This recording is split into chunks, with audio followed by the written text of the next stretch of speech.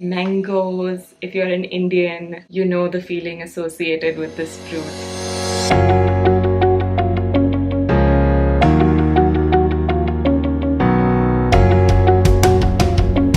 If you've taken a vacation before, you know that your regular diet goes out the window. And if it's a short vacation, like up to a week, that's fine. You know, you get to explore the restaurants and the local food, etc.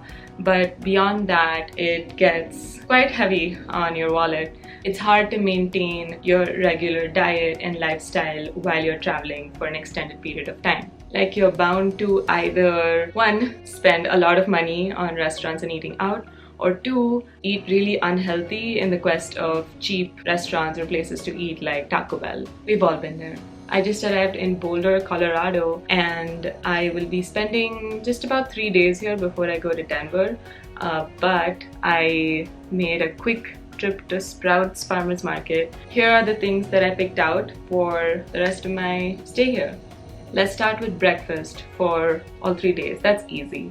I have some old-fashioned whole grain oats, which I will eat with some blueberries and bananas that I picked out.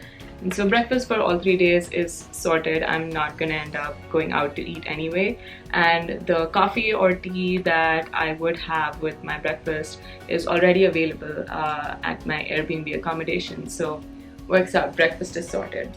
I actually make a specific kind of tea every morning. In Ayurveda, this is the combination called CCF.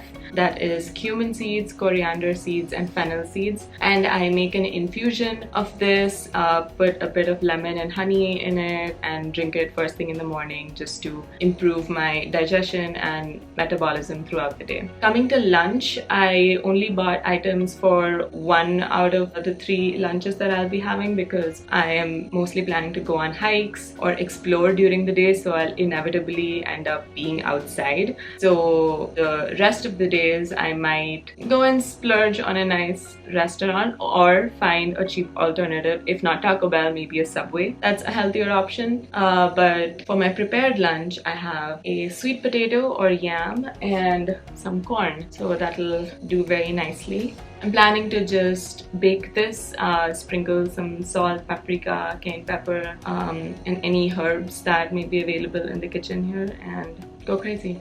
For dinner, I normally eat only fruits. Being in Hawaii has really made my diet mostly fruit-based, and that's why I picked out a whole basket of them. We have some apples, oranges, mangoes. If you're an Indian, you know the feeling associated with this fruit. And some bananas and an avocado, which probably I'll just smear on some bread. And coming to bread, I bought multi-grain whole wheat bread that will serve as a snack sometimes, so I can either put some avocado on it, or I bought this black garlic hummus to use as a spread, so you know, my snack cravings are taken care of. And if I feel a bit lazy and don't really feel like making anything, there's still an alternative to going out, and that is prepared salad kits. These are probably $3 to $4 in Sprouts, and they're quite filling for an entire meal, or even 2 if you don't have much of an appetite. Lastly, I just want to leave you with a few tips for your grocery shopping when you're traveling. Number 1, if you're on a short trip or vacation, try not to buy too many perishables. I know it's exciting when you go to the grocery store and see all these veggies that you can cook and think of all the dishes that you can make, but in reality, you're on a vacation or a trip for a reason, and you're going to be out most of the time and probably doing activities that will tire you out, so it'll probably end up going to waste if you don't have the time or energy left at the end of the day to come back and cook.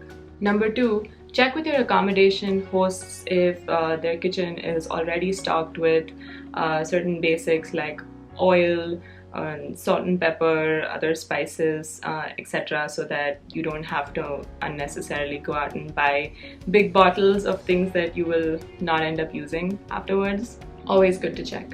And number 3, keep your cooking simple.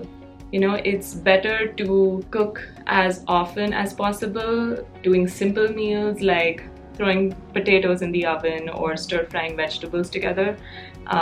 That'll leave you with more energy to do it often rather than making like this amazingly complex dish on one day and you're so tired from it that everything else in your fridge goes to waste and you don't have the energy left to cook anymore after that.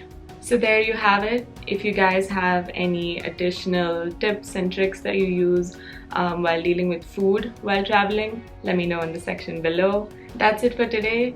Make sure to subscribe if you like this content, hit that like button and share it with whoever may benefit from this. Sending you guys so much love, peace and joy. I'll see you in the next one.